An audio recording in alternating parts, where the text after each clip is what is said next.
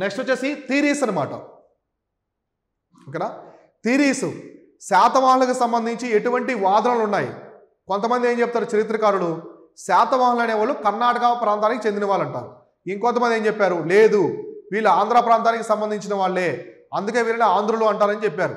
ఇంకొంతమంది లేదు వీళ్ళు మహారాష్ట్రకు సంబంధించిన వాళ్ళని చెప్పారు. అసలు వీళ్ళు మహారాష్ట్ర కాదు, ఓన్లీ విదర్భ విదిశా ప్రాంతానికి చెందిన వాళ్ళని చెప్పారు. ఇంకొంతమంది ఒక్కొక్క వాదన అన్నమాట. చరిత్రకారులు వాళ్ళకి సంబంధించినటువంటి ఎవిడెన్స్ని బేస్ చేసుకొని ఒక్కొక్క వాదం అనేది చేసిందనమాట. దాన్ని ఏమంటారు, థియరీ అంటారు. సిద్ధాంతాలు వాదనలనే వచ్చాయన్నమాట. కాబట్టి ఎటువంటి వాదనలు వచ్చాయి, ఎవరికి సంబంధించి, శాతవాహనులకు సంబంధించి ఎటువంటి వాదనలు, వాదనలు ఎటువంటి వాదనలు అనేవి శాతవాహనులకు సంబంధించి వచ్చాయి. శాతవాహనులు ఎవరికి, శాతవాహనాస్. శాతవాహనులకు సంబంధించి ఎటువంటి వాదనలు వచ్చాయనేది ఇక్కడ మనం చూద్దాం. ఇక్కడ మీరు గమనిస్తే ఫస్ట్ మనకి కర్ణాటక థియరీ అనమాట. అంటే ఏంటి, కర్ణాటక వాదం. అంటే వీళ్ళు కర్ణాటక ప్రాంతానికి చెందిన వాళ్ళు, శాతవాహనులు అనేవాళ్ళు కర్ణాటక ప్రాంతానికి చెందిన వాళ్ళు అని చెప్పేసి ఎవరు చెప్పారు, కర్ణాటక ప్రాంతానికి చెందిన వాళ్ళు అని చెప్పేసి ఎవరు చెప్పారంటే విఎన్ సూక్తాంకర్.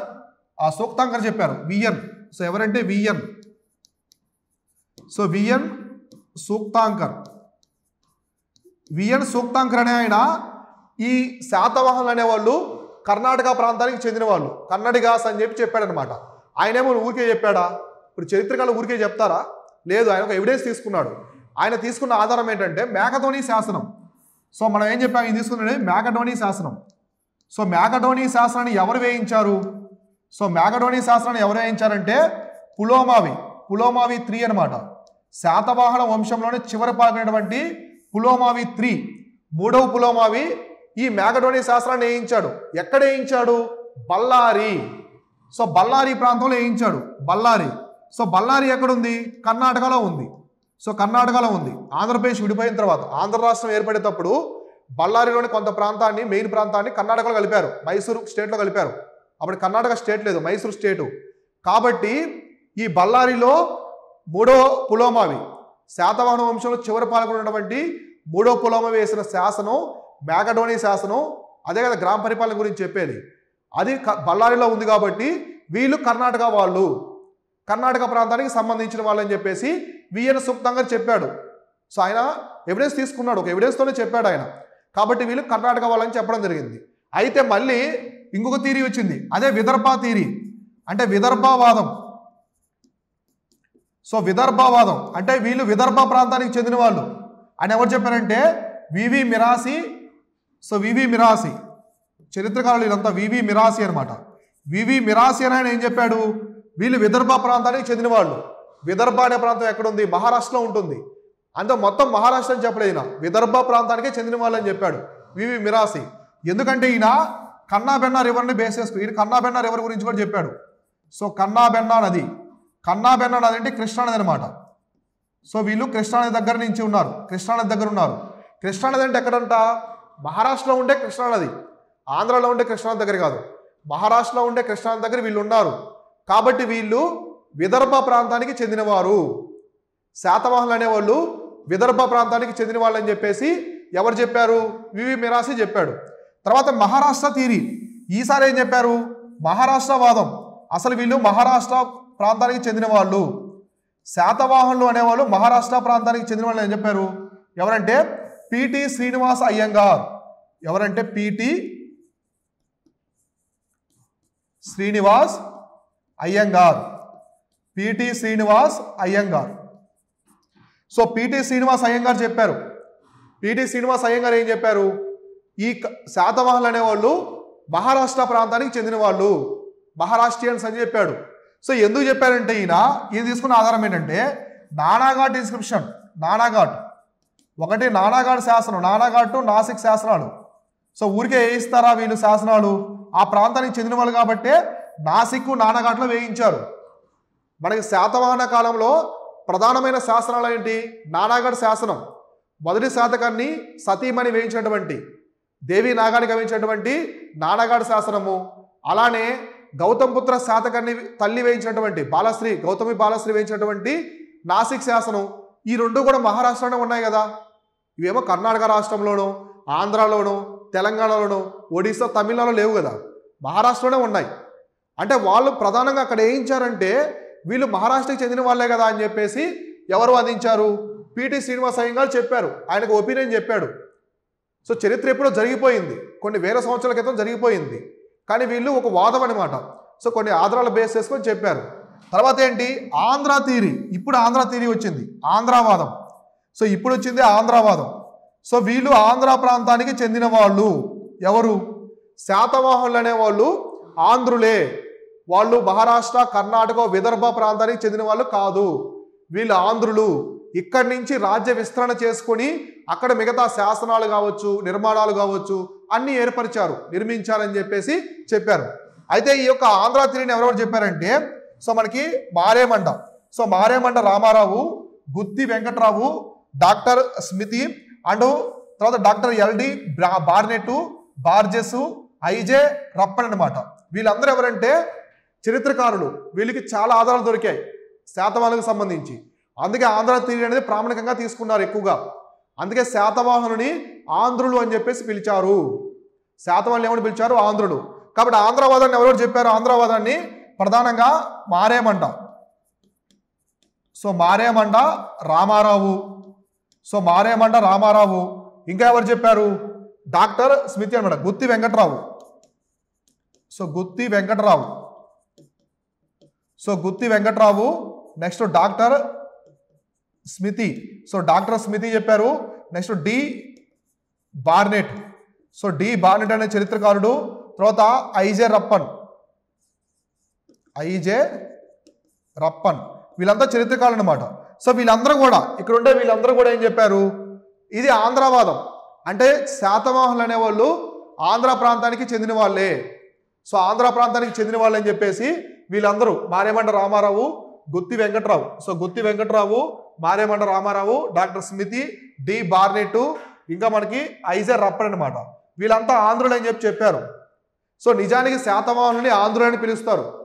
ఆంధ్రులు అంటే వీళ్ళు తెలంగాణ ఇంక్లూడింగ్ ఆంధ్ర రెండు ప్రాంతానికి చెందిన వాళ్ళు ఆంధ్రులు అని చెప్పేసి పిలిచారనమాట. ఓకేనా? వీళ్ళు ఆంధ్రవాదాన్ని చెప్పారు. వీళ్ళంతా కూడా ఆంధ్ర ప్రాంతానికి చెందిన వాళ్ళని చెప్పారు. ఇలా కర్ణాటక వాదము, విదర్భవాదము, మహారాష్ట్రవాదము, ఆంధ్రవాదం కూడా వచ్చింది. ఓకేనా? ఇప్పుడు తర్వాత ఇక్కడ చూడండి, ఇప్పటివరకు మనం రాష్ట్రాలకు సంబంధించి చూసాం. ఒకటి మహారాష్ట్ర అని, ఒకటి విదర్భ అని, ఒకటి కర్ణాటక అని, ఒకటి ఆంధ్ర అని చూసాం. ఇక్కడ మీరు గమనిస్తే శాతవాహనస్ వర్ ది ఆరియన్స్. అసలు ఈ శాతవాహనులు అనేవాళ్ళే ఆర్యులు.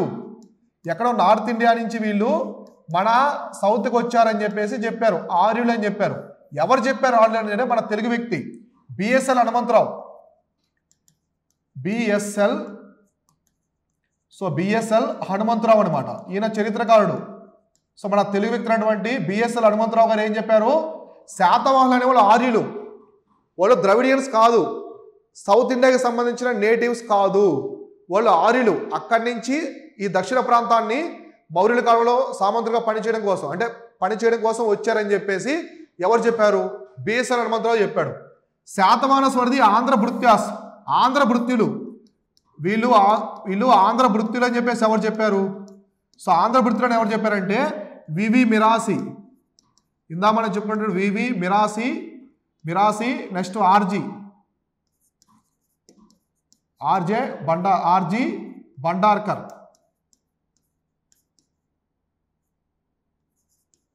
ఆర్జీ బండార్కర్. సో వీళ్ళిద్దరూ వచ్చేసి లేదు వీళ్ళు ఆర్యులు కాదు, ఆంధ్ర భృత్యులు. అంటే ఆంధ్ర ప్రాంతానికి సామంతులుగా ఉన్నారు, సామంతులుగా పనిచేస్తున్నారని చెప్పాడు. సో నెక్స్ట్ వచ్చేసి శాతవాహనస్ వర్ ఆంధ్రాసు. శాతవాహనులు అనేవాళ్ళు ఆంధ్రులే. శాతవాహనులు అనేవాళ్ళు ఆంధ్రులు కానీ ఆంధ్ర భృత్యులు కాదు. ఆంధ్ర భృత్యులు కాదు అని ఎవరు చెప్పారు? డిసి సర్కార్. దినేష్ చంద్ర సర్కార్ అని ఆయన చెప్పాడు. ఏమని? సో ఆంధ్ర భృత్యులు కూడా కాదు. ఆంధ్ర భృత్యులు అంటే ఆంధ్ర ప్రాంతానికి వచ్చి సామంతులుగా పనిచేయడం. సో ఆంధ్ర భృత్యులు కాదు, వీళ్ళు ఆంధ్రులే, ఈ ప్రాంతానికి చెందిన వాళ్ళే, ఆంధ్ర ప్రాంతానికి చెందిన వాళ్ళే అని చెప్పేసి ఎవరు చెప్పారు? డిసి సర్కార్ చెప్పారు. వీళ్ళు ఆర్యులు కాదు, ఆంధ్ర భృత్యులు కాదు, ఆంధ్ర ప్రాంతానికి చెందిన వాళ్ళే, వీళ్ళు ఆంధ్రులే అని చెప్పింది డిసి సర్కారు. తర్వాత Andhra as the race. Andhra అనేది ఒక జాతి పేరు. సో ఆంధ్ర అనేది ఒక జాతి పేరు, కానీ శాతవాహనస్వర్ది డైనస్టీ. శాతవాహన అనేది ఒక వంశం పేరు అని చెప్పేసి చాలా క్లియర్గా చెప్పేశారు. ఎవరంటే ఆయన కేఏ నీలకంఠ శాస్త్రి. ఈయన కొంచెం క్లారిటీ ఇచ్చాడు. అరే మీరు ఎందుకు అంతా కూడా డిఫరెంట్ వాదనలు చెప్తున్నారు, వేరు వాదనలు. ఒకరు ఆర్యులు అంటారు, ఇంకొకరు ఆంధ్రభృతులు అంటారు, లేదు ఇంకొకరు ఆంధ్రులే అంటారు, వీళ్ళు మహారాష్ట్రకి చెందిన వాళ్ళు, వీళ్ళు కర్ణాటక చెందిన వాళ్ళు, వీళ్ళు విదర్భ ప్రాంతానికి చెందిన వాళ్ళు, వీళ్ళు ఆంధ్ర ప్రాంతానికి చెందిన వాళ్ళు అని చెప్పేసి మీరు వాదనలు చెప్తున్నారు. ఇలా కాదు, ఈ ఆంధ్రులు అని చెప్పుకున్నాం. ఈ ఆంధ్ర అనేది జాతి పేరు, రేస్ అన్నమాట. జాతి పేరు, జాతి అంటాం కదా మనం. సో కాబట్టి శాతవాహన అనేది వంశం పేరు, ఆంధ్ర అనేది జాతి పేరు అని చెప్పేసి ఎవరు చెప్పారు? కేఏ నీలకంఠ శాస్త్రి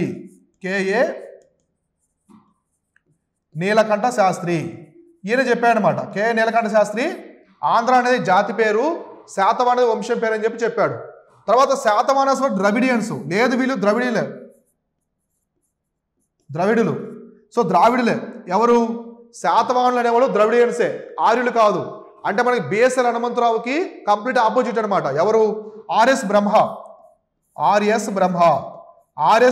అనే చరిత్రకారుడు. వీళ్ళిద్దరు ప్యూర్ ఆపోజిట్ అనమాట. ఇద్దరు చూడండి ప్రత్యర్థిగా ఉన్నారు వీళ్ళకి వాదనల్లో. ఎవరు? బిఎస్ఎల్ హనుమంతరావు, మన తెలుగు వ్యక్తి. ఈయన ఏం చెప్పాడు? శాతవాహనులు ఆర్యులు అని చెప్పారు. లేదు, ఇక్కడ ఉన్నటువంటి ఆయన ఆర్ఎస్ బ్రహ్మ ఏం చెప్పాడు? లేదు, వాళ్ళు ద్రవిడియన్స్ అని చెప్పారనమాట. ఓకేనా? ఇలా తర్వాత మనకి శాతవాహనస్ వర్ బిలాంగ్ టు ది అస్సకా మహాజనపద. ఎవరు చెప్పారు? బిఎస్ఎల్ హనుమంతరావు. మళ్ళీ బిఎస్ఎల్ హనుమంతరావు ఏం చెప్పారు? ఫస్ట్ బిఎస్ఎల్ హనుమంతరావు గారు ఏం చెప్పారు? ఆర్యులు అని చెప్పాడు. మళ్ళీ ఏం చెప్పాడు? వీళ్ళు అస్సకా మహాజనపదకి సంబంధించిన వాళ్ళు. అస్సకా లేదా అస్మకా అంటారు. అస్సకా లేదా అస్మకా మహాజనపదం. సో అస్మకా మహాజనపదం అంటే ఏంటి? మన భారతదేశంలో మొత్తం మన భారతదేశాన్ని ఇంక్లూడింగ్ ఆఫ్ఘనిస్తాన్, పాకిస్తాన్, నేపాల్, మనకి భూటాను, నెక్స్ట్ మొత్తం మన సౌత్ ఇండియా అంతా కలిపి అప్పట్లో 16 మహాజనపదాలు ఉండేవి. మొత్తం ఎన్ని? 16 మహాజనపదాలు ఉండేవి. సో మన భారతదేశం, మన గుజరాత్ దగ్గర నుంచి సౌత్ ఇండియా ఇలా చూస్తే ఇదంతా కూడా ఇక్కడి నుంచి ఈ ప్రాంతం నుంచి, సో ఇదంతా కూడా ఏంటంటే ఒకే జనపదం అనమాట, సౌత్ ఇండియా అంతా. దీన్ని ఏమంటారంటే అస్సకా మహాజనపదం. దీన్ని అస్సకా అని చెప్పేసి పిలిచేవాళ్ళు, లేదా అస్మకా అని కూడా పిలిచేవాళ్ళు అనమాట.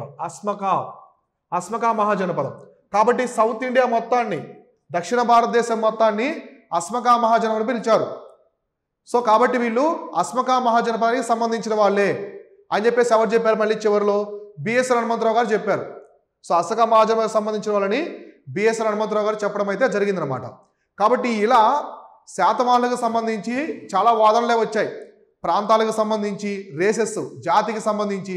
ఇప్పుడు ఆర్యులు ఒక జాతి వారు, జాతి వేరనమాట. ద్రవిడియన్స్ ఒక జాతి వారు, వాళ్ళకి లక్షణాలు వేరుగా ఉంటాయి. ఇప్పుడు మనం ఆర్యులు, ద్రవిడియన్స్ గురించి చూడండి. మన ద్రవిడియన్స్ సౌత్ వైపు ఉండేవాళ్ళు మనకి ఎలా ఉంటాయి? మనకి స్కిన్ కలర్ కావచ్చు, బ్రౌన్ టోన్ ఉంటారు. సో బ్రౌన్ టోన్ ఉంటారు, కొంచెం డిఫరెంట్గా ఉంటారు వాళ్ళకంటే కూడా. సో ఆర్యులు వచ్చి వైట్గా ఉంటారు, తెల్లగా ఉంటారు, పింక్ కలర్లో ఉంటారు. కాశ్మీర్కి వెళ్తే మన కాశ్మీర్ ప్రాంతంలో ఇంకా పింక్ కలర్లో ఉంటారు కొందరు. అంటే ఫీచర్స్ అనమాట, జాగ్రఫీ పరంగా కొన్ని లక్షణాలు అవన్నీ కూడా. అంటే వాళ్ళు వచ్చినటువంటి హ్యూమన్ రేస్ అన్నమాట. మంగోలాయిడ్స్, ఆస్ట్రోలాయిడ్స్, నెగ్రిటోస్ ఇలా అంటాం కదా. సో అట్లా ఫీచర్స్ ఏ ఉంటాయి. కాబట్టి జాతిగా డివైడ్ చేశారు, ఆర్యులు, ద్రవిడియన్స్ అని. సో ఆర్యులు అనేవాళ్ళు నార్త్ ఇండియాకి సంబంధించిన వాళ్ళు, ద్రవిడియన్స్ అనేవాళ్ళు దక్షిణ భారతదేశానికి సంబంధించిన వాళ్ళని చెప్పారనమాట. ఓకేనా? ఇలా వాదనలు అనేవి జరిగాయి. శాతవాహనులకు సంబంధించి ఇన్ని వాదనలు అయితే జరిగాయి అనమాట. ఓకేనా? దీనికి సంబంధించి. సో నెక్స్ట్ మనకి శాతవాహనులకు సంబంధించి మనం చూస్తే, ఒకటి వాళ్ళకి సంబంధించిన ఆధారంలో వాయుపురాణం అనమాట. వాయుపురాణం ఏం చెప్తుందంటే, వాయుపురాణం శాతవాహనులకు సంబంధించినటువంటి వాయుపురాణం. మనం మొదట్లో చెప్పుకున్నాం శాతవాహనులకు సంబంధించి పురాణాలు మెన్షన్ చేశాయని. కాబట్టి వాయుపురాణం ప్రకారము వీళ్ళు మొత్తం 16 మంది రాజులు. సో 16 మంది చక్రవర్తులు ఉన్నారు. ఎందులో? శాతవాహనుల్లో 16 మంది చక్రవర్తులు, అలానే 250 సంవత్సరాలు పరిపాలించారు. సో 250 సంవత్సరాలు పరిపాలించారని చెప్పేసి వాయుపురాణం చెప్తుంది. ఏ పురాణము? వాయుపురాణం చెప్తుంది. అయితే మత్స్య పురాణం ఏం చెప్తుంది? సో మత్స్య పురాణం వచ్చేసి 30 మంది రాజులు 456 సంవత్సరాలు పరిపాలించారు. ఎప్పటి నుంచి? 271 BC నుంచి 174 CE వరకు. సో 174 CE వరకు అని చెప్పేసి చెప్తుంది. ఏ పురాణము? మత్స్య పురాణం. కాబట్టి మొత్తం ఎంతమంది అంట? 30 మంది. కాబట్టి మత్స్య పురాణం.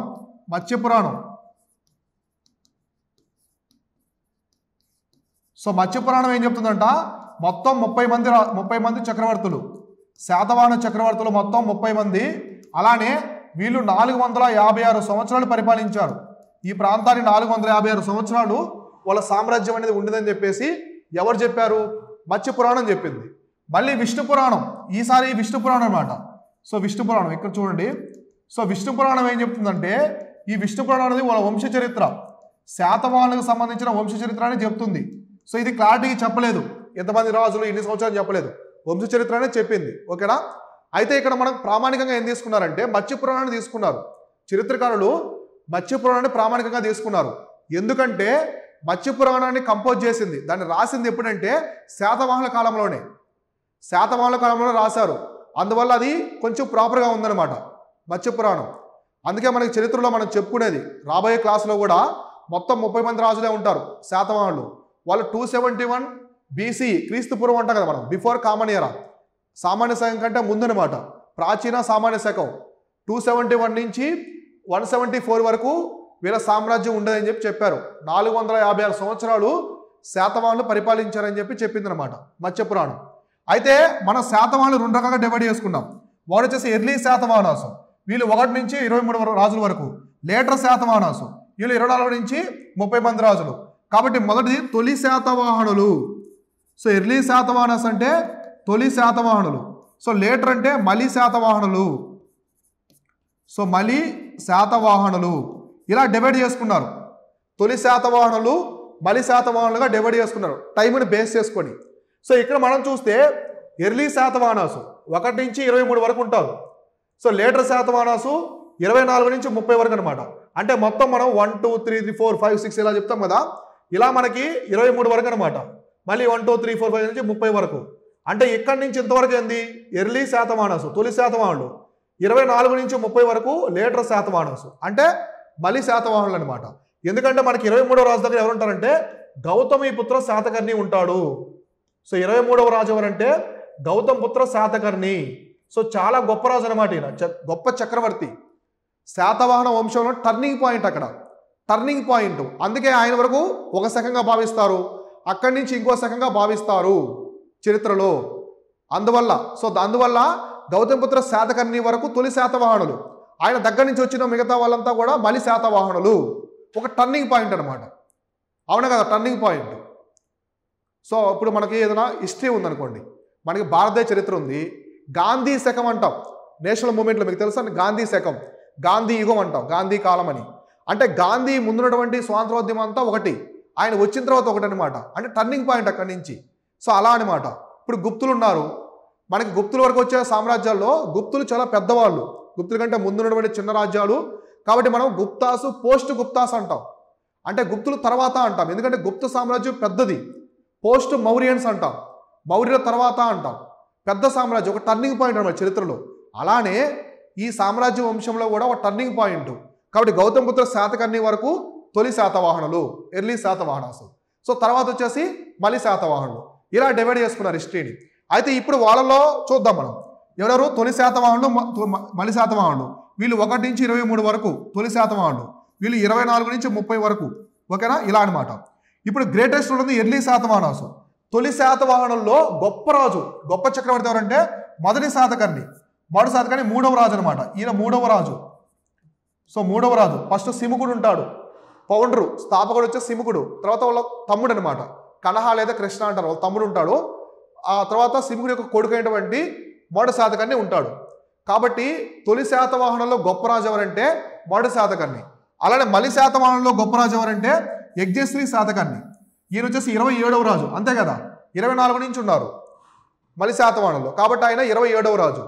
తొలి శాతవాహనంలో గొప్పవాడు మొదటి శాతకర్ణి, మలి శాతవాహనంలో గొప్పవాడు వచ్చేసి Yajnashri Satakarni. So greatest ruler అసలు అందరిలో మొత్తంలో గ్రేటెస్ట్ రూలర్ ఎవరంటే గౌతమపుత్ర శాతకర్ణి. ఈయన 23వ రాజు. గౌతమపుత్ర శాతకర్ణి 23వ రాజు అనమాట. 23వ రాజు గౌతమపుత్ర శాతకర్ణి. ఓకేనా? తర్వాత ఏంటంటే లాంగెస్ట్ రూలింగ్, ఎక్కువ కాలం పరిపాలించింది. సో తొలి శాతవాహనంలో గొప్పవాడు మొదటి శాతకర్ణి, మలి శాతవాహనంలో గొప్పవాడు యజ్ఞశ్రీ శాతకర్ణి. అసలు మొత్తం శాతకర్ణి సామ్రాజ్యం వంశంలోనే గొప్పవాడు ఎవరంటే గౌతమిపుత్ర శాతకర్ణి. ఓకేనా? ఇప్పుడు చూడండి, లాంగెస్ట్ రూలింగ్ ఎవరంటే శాతకర్ణి 2 అనమాట. శాతకర్ణి 2 రెండవ శాతకర్ణి. మొదటి శాతకర్ణి తర్వాత వస్తాడు రెండవ శాతకర్ణి. ఆయన ఎక్కువ కాలం పరిపాలించాడు, 56 సంవత్సరాలు పరిపాలించాడు. ఎన్నవ రాజు అంటే 6వ రాజు అంటే మొత్తం గౌతమిపుత్ర శాతకర్ణి కంటే ఎక్కువ కాలం పరిపాలించాడు. మొత్తం శాతవాహన సామ్రాజ్యంలోనే ఎక్కువ కాలం పరిపాలించింది ఎవరంటే రెండవ శాతకర్ణి. ఆయన తొలి శాతవాహనంలో ఉంటాడు 6వ రాజుగా. తర్వాత వచ్చేసి లాస్ట్ రూలర్ చివరి పాలకుడు 3వ పులోమావి 30వ రాజు అనమాట. మొదటిది సింహకుడితో స్టార్ట్ అవుతుంది మొదటి రాజు. సో మనకి 3వ పులోమావితో ఎండ్ అయిపోతుంది 30వ రాజుతో. కాబట్టి మత్స్య పురాణం కరెక్ట్ అయింది కదా. మత్స్య పురాణాన్ని ప్రామాణికంగా తీసుకున్నారు చరిత్రలో. తీసుకొని ఈ విధంగా ఇంట్రడక్షన్, ఇదంతా కూడా శాతవాహన వంశానికి సంబంధించినటువంటి ఇంట్రడక్షన్ అన్నమాట. తొలి శాతవాహనంలో మొదటి శాతకర్ణి గొప్పవాడు, మలి శాతవాహనంలో యజ్ఞశ్రీ శాతకర్ణి గొప్పవాడు. మొత్తం శాతవాహన సామ్రాజ్యంలోనే అతి గొప్ప పాలకుడు ఎవరంటే గౌతమిపుత్ర శాతకర్ణి. ఎక్కువ కాలం శాతవాహన సామ్రాజ్యంలోనే ఎక్కువ కాలం పరిపాలించింది ఎవరంటే రెండవ శాతకర్ణి, 50 సంవత్సరాలు పరిపాలించాడు. సో శాతవాహన సామ్రాజ్యంలో చివరి వ్యక్తి ఎవరంటే 3వ పులోమావి. సో అర్థమైందా? ఇది ఇంట్రడక్షన్ అనమాట. ఓకేనా? సో నెక్స్ట్ మనము చక్రవర్తుల గురించి చెప్పుకుందాం. సింహకుడు, కనహ, మొదటి శాతకర్ణి, రెండవ శాతకర్ణి, గౌతమిపుత్ర శాతకర్ణి, యజ్ఞశ్రీ శాతకర్ణి, కుంతల శాతకర్ణి, ఇలా వీళ్ళందరి గురించి వాళ్ళ పరిపాలన కాలంలో జరిగిన సంఘటనలు ఏమున్నాయి ఇవన్నీ డిస్కస్ చేసుకుందాము. తర్వాత శాతవాహన కాలంలో సామాజిక పరిస్థితులు, ఆర్థిక పరిస్థితులు, మత పరిస్థితులు, ఆర్ట్ అండ్ ఆర్కిటెక్చరు, ట్రేడు అంటే మనకి వాణిజ్యం, అంతర్జాతీయ వ్యాపారము, ఎక్స్పోర్ట్స్ ఇంపోర్ట్స్, ఇవన్నీ కూడా మనం నెక్స్ట్ క్లాస్లో క్లారిటీగా డిస్కస్ చేసుకుందాం. Thank you so much.